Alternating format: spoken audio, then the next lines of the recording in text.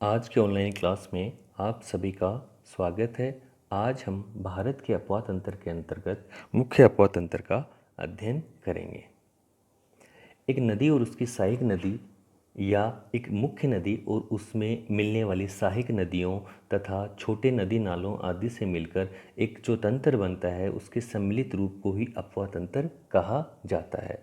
अपवाद तंत्र को उच्चावच, भूगर्भिक संरचना, जल विभाजक, जलवायु, ढाल जैसे कारक प्रभावित करते हैं। इन कारकों के आधार पर ही भारत के अपवाद तंत्र को दो भागों में विभाजित किया गया है, गौण अपवाद तंत्र एवं मुख्य अपवाद तंत्र। इससे कि पूर्व की ऑनलाइन क्लास में हमने गौण अपवाद तंत्र के अंतर्गत आंतरिक अपवाद तंत्र एवं भूमिगत अपवाद तंत्र का अध्ययन किया था। आज हम मुख्य अपवाद तंत्र का अध्ययन करेंगे। मुख्य अपवाद तंत्र भारत के मुख्य अपवाद तंत्र के अंतर्गत बंगाल की खाड़ी का अपवाद तंत्र एवं अरब सागर का अपवाद तंत्र को सम्मिलित किया जाता है। यानी बंगाल की खाड़ी के अपवाद तंत्र एवं अरब सागर के अपवाद तंत्र से मिलकर ही भारत का मुख्य अपवाद तंत्र का निर्माण होता है, जो भारत के लगभग 95% भूभाग पर विस्तृत है। मुख्य अपवाद तंत्र के उद्भव और विकास में भूगर्भिक संरचना, उच्चावच, जलवायु, राष्ट्रीय जल विभाजक ने महत्वपूर्ण भूमिका निभाई है। या फिर हम ये कहें कि बंगाल की खाड़ी के अपवाद तंत्र एवं अरब सागर के अपवाद तंत्र के उत्पत्ति एवं विकास में राष्ट्रीय जल विभाजक, भूगर्भिक संरचना, उच्चावच और जलवायु ने महत्वपूर्ण भूमिका या महत्वपूर्ण कारक के रूप में भूमिका निभाई है। या इन कारकों के आधार पर ही बंगाल के खाड़ी के अपवाद तंत्र एवं अरब सागर के अपवाद तंत्र का विकास हुआ है।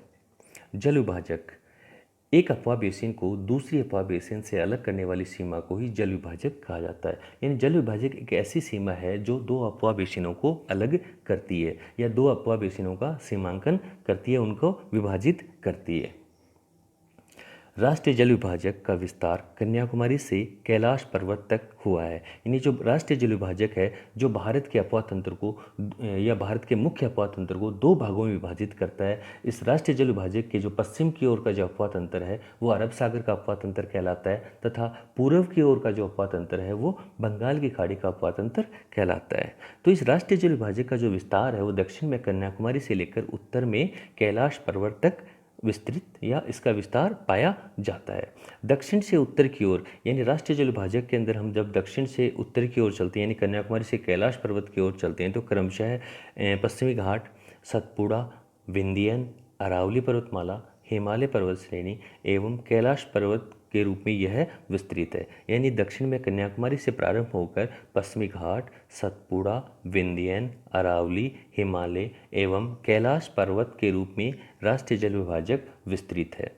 इस राष्ट्रीय जल विभाजक के पूर्व की ओर विस्तृत भू में जो प्रदेश है उसका ढाल बंगाल की खाड़ी की ओर होने के कारण नदियाँ इस खाड़ी के अंदर गिरती हैं। यानी जो राष्ट्रीय जल विभाजक है उसका जो पूर्व की राष्ट्रीय जल विभाजक के पूर्व की ओर का जो भारतीय प्रदेश है उसका ढाल बंगाल की खाड़ी की ओर होने के कारण इस में राष्ट्रीय जल विभाजक के पूर्व की ओर जितनी भी नदियाँ उत्पन्न होती हैं वे नदियाँ बंगाल की खाड़ी के अंदर अपने जल का विसर्जन करती हैं और अतः इन नदियों के तंत्र को बंगाल की खाड़ी के का अपवाद तंत्र कहते हैं। यानी कि जो राष्ट्रीय जल विभाजक के पूर्व की ओर जो नदियां उत्पन्न होती हैं तथा बंगाल की खाड़ी के अंदर अपने जल को विसर्जित करती हैं, ये नदियां बंगाल की खाड़ी के अपवाद तंत्र का निर्माण करती हैं।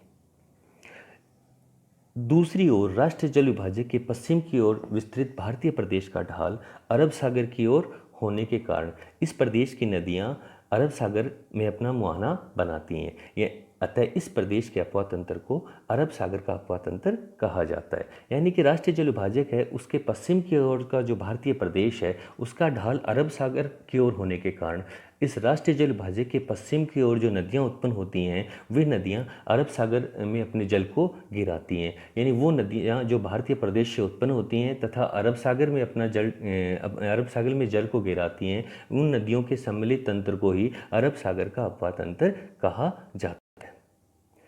अगली कक्षा में हम बंगाल की खाड़ी के अपवाद तंत्र का अध्ययन करेंगे, जिसके अंतर्गत हम गंगा नदी तंत्र, ब्रह्मपुत्र नदी तंत्र, महानदी तंत्र, गोदावरी नदी तंत्र, कृष्णा नदी तंत्र एवं कावेरी नदी तंत्र का अध्ययन करेंगे। यानी जो आप अगली जो हमारी क्लास आएगी ऑनलाइन, उसमें हम बंगाल की खाड़ी के अपवा तंत्र का ही अध्ययन करेंगे। धन्यवाद।